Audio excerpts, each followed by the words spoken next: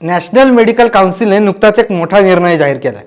हा निर्णय आहे जेनेरिक औषधांबद्दल. त्यांचं असं म्हणणं आहे की इथून पुढे डॉक्टरांनी फक्त आणि फक्त जेनेरिक औषधात लिहून द्यायची, ब्रँडेड नाही. या निर्णयाला अनेक डॉक्टर संघटनांचा विरोध होतोय.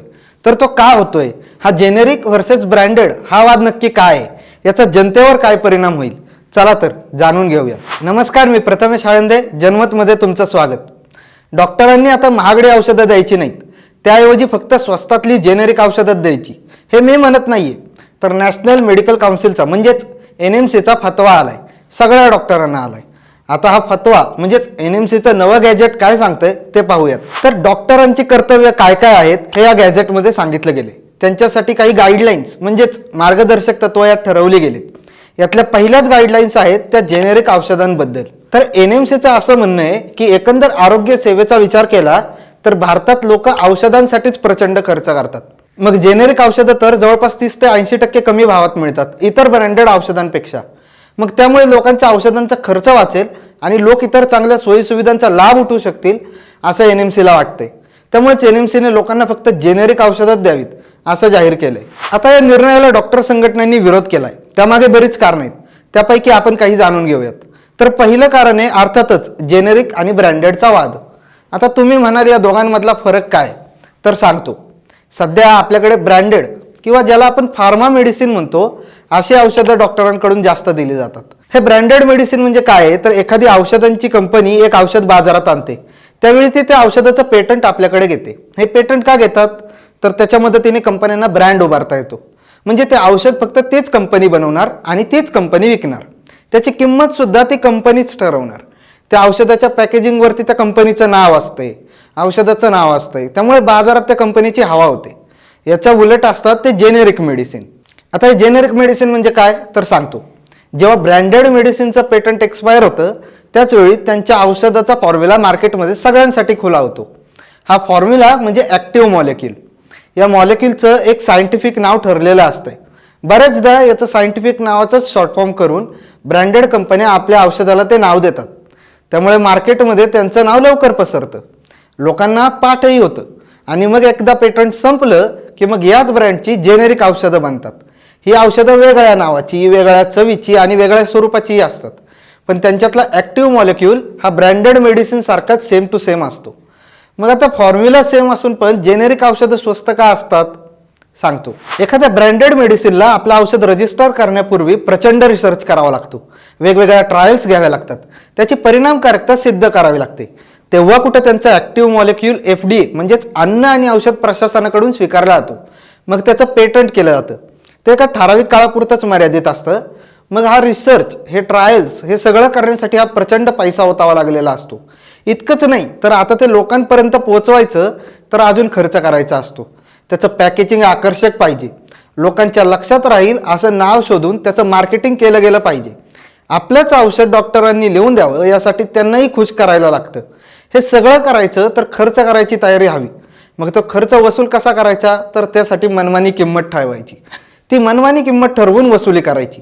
त्यामुळे या ब्रँडेड मेडिसिनची किंमत जास्त असते. तर दुसरीकडे जेनेरिकवाल्यांना असलं काय करायला लागत नाही. ॲक्टिव्ह मॉलिक्यूल त्यांना आयताच मिळतो. मग त्यांचं लोकल लेवलचं पॅकेजिंग वगैरे असतंय, यालाही काही फार खर्च येत नाही. कंपनीचं नाव हातभर जागेत छापायचं आणि कुठेतरी कोपऱ्यात बोर्डभर जागेत जेनेरिक लिहायचं की झालं. हे सगळं कमी खर्चात होतं म्हणून किंमत कमी असते. मग त्यात उगाच डॉक्टरांना ऑफर वगैरे द्यायची फारशी गरज नसते. त्यामुळे डॉक्टरांना होणारा फायदाही कमी असतो आणि मर्यादित स्वरूपाचा असतो. अशा वेळी विरोध तर होणारच. आता ही झाली डॉक्टरांची एक बाजू. आपला प्रॉफिट कमी झाल्यामुळे एक व्यावसायिक म्हणून त्यांच्याकडून विरोध होणं साहजिकच आहे. पण हे फक्त एकच कारण झालं. यातलं दुसरं आणि महत्त्वाचं कारण आहे ते म्हणजे त्या गोळ्यांचा दर्जा, त्या औषधाचा दर्जा. ब्रँडेड मेडिसिन विकणाऱ्या कंपन्या आपलं औषध बाजारात आणण्यासाठी व्यवस्थित रिसर्च करतात, त्याच्या ट्रायल्स होतात. ते सगळं FDA कडून तपासून मग त्याला मान्यता दिली जाते. नंतर ते औषध लोकांपर्यंत पोचावं, त्यांच्या ते लक्षात राहावं, यासाठी या कंपन्यांना पुढे विशेष मेहनत घ्यावी लागते. मग ते ॲक्टिव्ह मॉलिक्यूलला औषधात म्हणजेच गोळी, कॅप्सूल, टॉनिक अशा वेगवेगळ्या स्वरूपात बदलणं असेल, त्याचं नीट पॅकेजिंग करणं असेल, हे सगळं काम एक विशिष्ट दर्जा पाळून पार पाडलं जातं. ते डिफेक्टिव्ह असू नये यासाठी खास क्वालिटी अश्युरन्स टीम नेमली जाते आणि सगळं व्यवस्थित चेक झाल्यावर मगच ते औषध बाजारात उतरवलं जातं. आता किंमत जास्त असूनही लोकांनी आपलं औषध खरेदी करायचं अशी या ब्रँड्सची इच्छा असते. मग त्यासाठी लोकांच्या मनात ब्रँड इमेज आणि त्या ब्रँडबद्दलचा विश्वास तयार होणं गरजेचं असतं. त्यासाठी त्यांना त्यांचा दर्जा सांभाळणं खूप गरजेचं असतं, कारण हा दर्जाच त्यांना पुढे मदत करतो. आणि नेमकं इथेच जेनेरिक औषधं मागे राहतात. कमी दरात औषधं विकणार असल्यामुळे औषधांच्या उत्पादन प्रक्रियेवर फारसा खर्च केला जात नाही. त्यामुळे अर्थातच तो विश्वास निर्माण होणं हे अवघड असतंय. अर्थात काही कंपन्या आहेत अशा ज्या चांगलं पॅकेजिंग वगैरे करतात आणि ती जेनेरिक औषधं विकतात.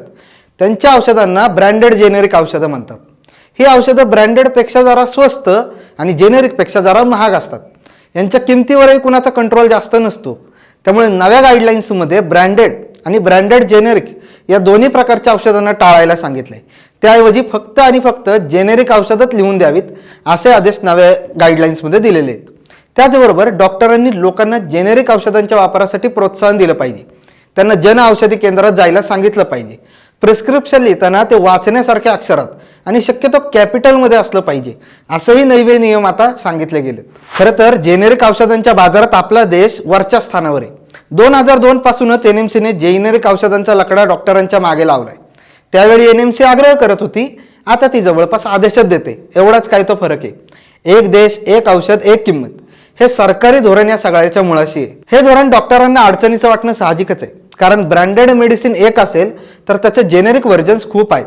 त्यामुळे डॉक्टर एक वेळ औषधाचं जेनेरिक नाव लिहून देतीलही, पण ते जेनेरिक औषध कुठल्या कंपनीचं असावं हे कोण ठरवणार? प्रॉफिट तर डॉक्टरांना दोन्हीकडून मिळणार आहे, मग ते जेनेरिक असो किंवा ब्रँडेड. पण त्या औषधाच्या दर्जाचं काय हा प्रश्न त्यांनाही सतावतोय.